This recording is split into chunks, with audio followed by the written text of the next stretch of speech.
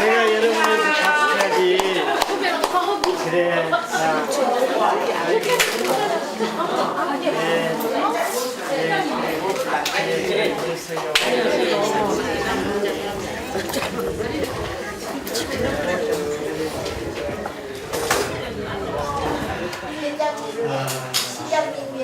이렇게 밖에 맞이해주셔서 제가 오히려 마음이 찡하고 감사합니다. 사실 사람이 살아가는 삶의 가치가 많이 있지요. 그런데 따지고 보면 두 가지가 중요한 것 같아요. 첫째는 인연은 소중함, 간직하고 사는 것. 부모하고 인연, 형제간의 인연, 그리고 우리 인연, 수많은 인연을 맺고 사는데 적지 않은 사람들은 인연을 굉장히 소홀하게 생각해요. 그까짓 것 해버리고 동강동강 끊어버리고. 그런데 어떤 사람은 한 번 맺은 인연을 늘 가슴속 깊이 간직하고 키우고 넓히고 다지고 그 인연을 붙잡고 산단 말이죠. 그런 분은 인생 전체를 놓고 볼 때 굉장히 삶이 풍족해지고 행복해집니다. 인연은 소중함 간직하고 사는 것 정말 중요하고요. 두 번째는 늘 내일에 대한 꿈과 희망을 갖고 사는 것 중요하지요. 어제보다는 오늘보다는 내일이 좀 더 좋아져야 한다. 좋아지도록 만든다. 내일에 대한 꿈과 희망이 없다면 별로 살아가는 의미가 없는 거지. 그래서 늘 내일에 대한 꿈을 갖고 사는 것 굉장히 중요하다고 생각합니다. 인권의 도시 광주 공동체의 수장으로서 늘 제 마음속에 꿈을 꾸고 있고 희망을 키우고 있는 것은 우리 장애인들도 사회적 편견과 차별이 없는 사회, 어쩔 수 없이 장애는 당했다 하더라도 불편함이 없는 그런 사회, 그리고 각기 갖고 있는 창조적 역량을 마음껏 발휘할 수 있는 사회, 이런 사회를 내가 꿈꾸고 있습니다. 얼마 전 작고하신 강영우 박사님 잘 아시잖아요. 앞이 잘 안 보이시는 시각장애인이시고 일반 사람 같으면 부분으로 맞지 않았을 터인데 그 강영우 말하자면 그 학생 시절에 그 사모님 되시는 분이 외동딸이었다고 그래요.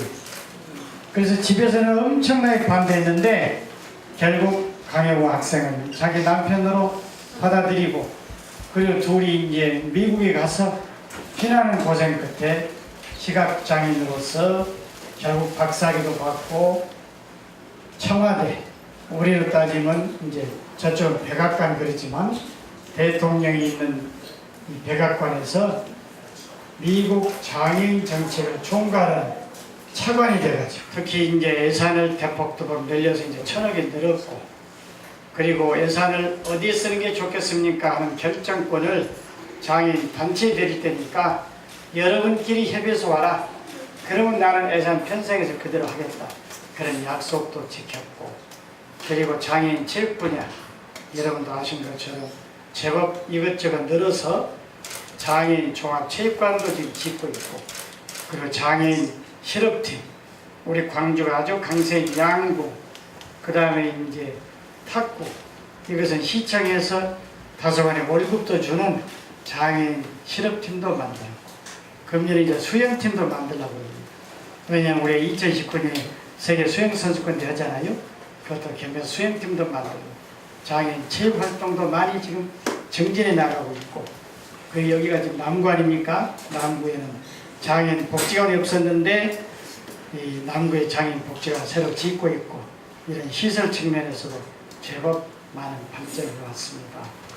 그래도 많이 부족해.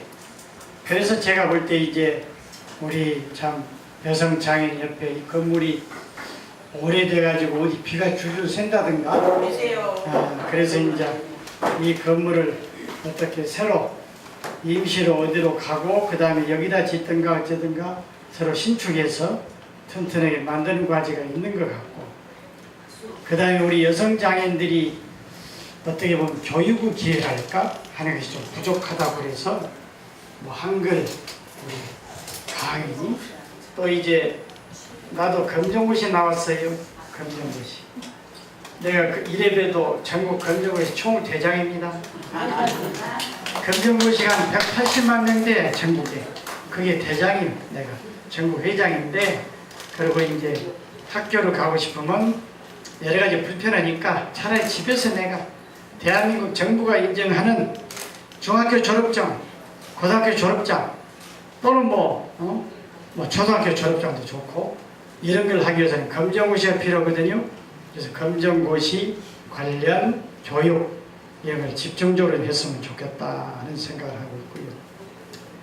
또 이제 우리 여성 장애인들이 참 그 아름다운 아이를 임신하게 되면 검진을 받아야 되는데 검진비가 제법 비싸단 말이죠.